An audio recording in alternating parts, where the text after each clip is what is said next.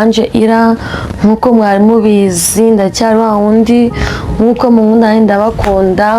So usibye TikTok na YouTube kuri channel yitwa Dr. Singa TV najya cyogana byanjye byose ndayambakorera kunama z'abanyeshuri n'utuntu twaje twinshi ku banyeshuri no cyane ukuntu tujya kujya muri exame turi ukuntu twakora ama revision turi ukuntu twasubiramo turi ukuntu twapanga isubiramo ryacu tubaza abana mu bintu by'ine tutamo twasobanukirwa neza nako bwacu twigisha ku giti cyacu tunejya abanyeshuri banda bafite icyo baturusha cyangwa se nyine bafite isomo bumva twe tutumva bakadusobanurira guys.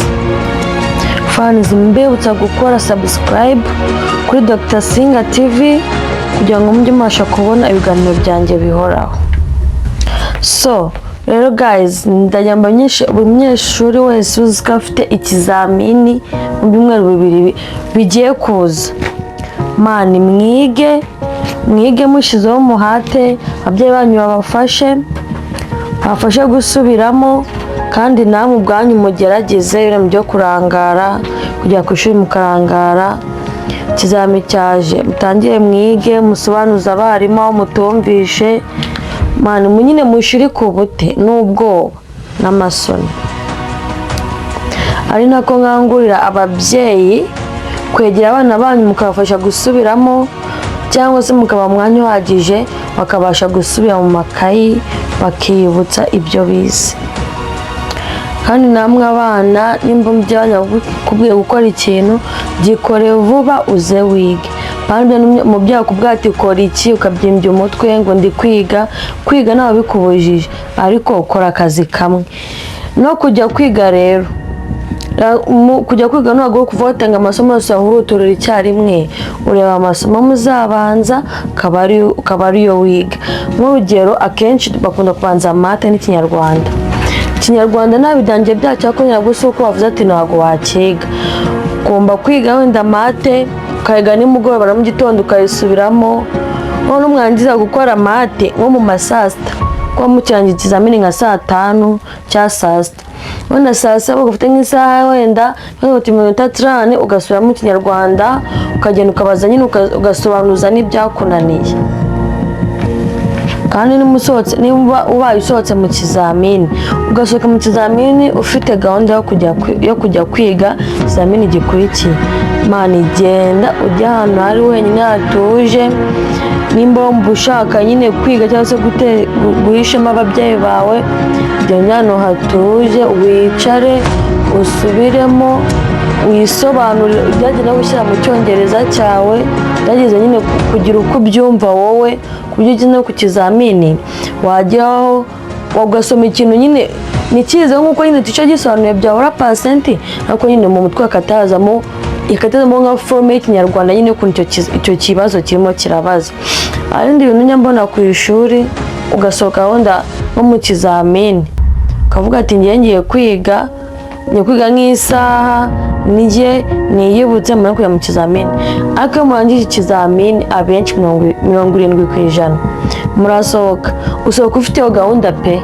Nanjye njya mbikora nsohoka mfite gahunda yo kujya kwiga, ariko iyo nk'umunyeshuri mwigana ntago wita ku cyo kizamini kigiye kuza ubwo wabitaye ikizamini mu majiye gukora mugatangira kugitera amakomenti mukavuga ibibazo. Icyo kizamini kiba cyagiye guys, kiba cyagiye kandi bwaragisubiraho ngo kongera gukosora. Ahubwo ibyo mubita yahuzu mwite ku kizamini kigiye kuza.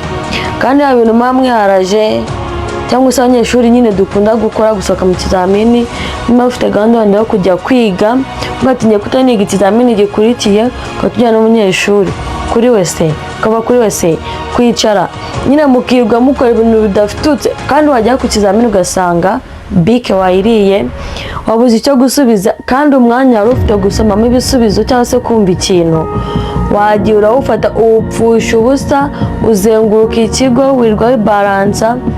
Ba bintu ntabwo ari byiza. Mwige cyane ko ikizamini kigiye kuza, mwige kandi mwige mubishyizeho umuhate n'umutima.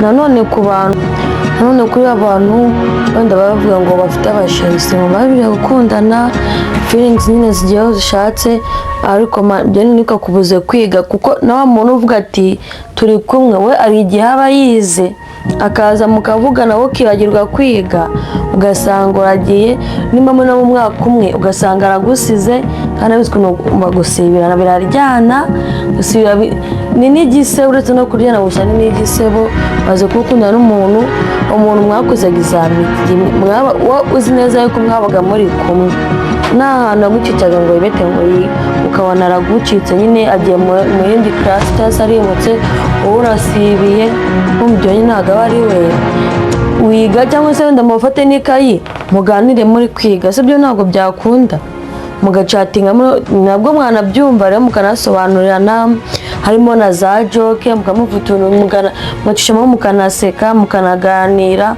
ariko muri kwiga man ibintu byo kubanza exame mugasohoka mukavuga ati ngo mutegereje ikindi kizami ari n'abaza ku ishuri batazi ngo agiye gukurikira ikindi kizami kandi kuma marasohotse harya ngo turakora iki cyangwa se mugiye kwinjira barimo barabashaka uharya ngo tugiye gukora iki ukaza mu kizami na bike ukaza mu kizami nuzi ngo ugiye gukora iki just ukavuga ati nzimuka cyangwa se mukavuga ati n'ubundi ngo kadukora bino bizami ngene ukunda kuba kwa banyeshuri mu wa gatatu ngo exame ngo ntabwo ikintu kizatwimura exame iyo ntabwo nyine n'amanota turashaka kuri bibliothèque nk'ako ikintu kizatwimura ngo ni icyarita ese ikintu cyakoraniye ku kizamini cyateguwe n'abarimu zashobora ku kizamini cyateguwe na nesa niyo izagenda kategorira utworoshe kuko ari nyoko shumi biba bikomeye ntabwo bizi wowe akenshi ugasanga nk'umunyeshuri ariko bikunda kuba ku bakobwa ugasanga manje examini umwirukanse mugiye nko hanze ngo mugiye ngo gushaka ngo za magi ese muko iyo magi nizakugira ku kizami iyo magi n'undi urayirya uyisangiye na wundi wize agusige n'ibindi bintu nawe kubona ku bahungu ngo ni ba drip ngo n'abantu bambara neza mu ishuri abantu baba bari seriye cyane ese ubwo buseriye bwawe uzagenda byo ku kizamini cya leta bavuga ati n'umuntu ni seriye kuko n'ibintu yabyumva nta mpamvu yo kurinda umubaza byo kurimba nibyo bintu uzaje kujya ku kizamini buvuga ati n'umunyeshuri rwose isuku hano umutwe harasukutse kwambara neza no kuba seriye sibyo bijya ku kizamini baseriye ufite icyo ubanye seriye si uraba seriye mu mutwe ni zero n'icyo byose ni zero ubwo buseriye bwawe ubwo uzajya ku kizamini cya leta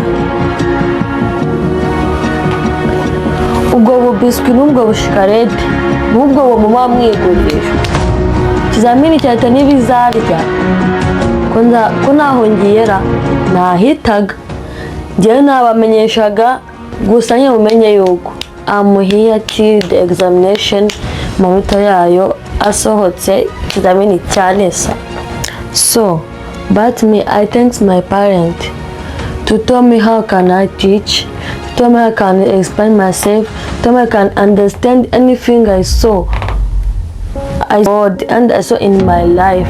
I thanks my parent because she was giving me the strength to be patient and to prevent other things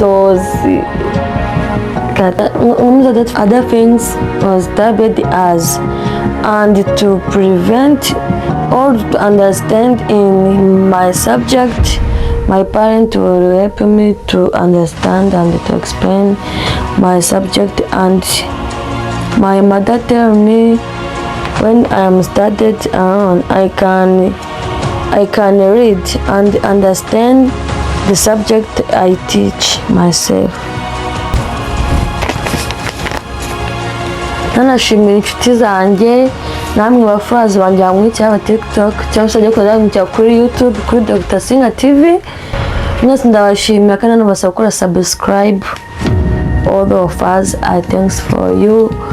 Thank you to follow me and kandi mwihangane nimba icyongereza cyanjye kiri hasi kirasi nyine icyongereza cyanjye sinivuga na % nk'uko nabibabwiye, gerageza gusoma ikintu nka cyiyumvisha kandi nkagerageza kukisobanurira ubwanjye. Nanone nongeye kukigerageza kugishyira mu cyongereza cyanjye cyangwa se kucyandika mu buryo nyine ndi kucyumvamo ku buryo nanakivuga. So nimba harimo ibintu nagoretse mwihangane, ariko nagiraga inama abanyeshuri mwiteze ikizamini kandi thanks.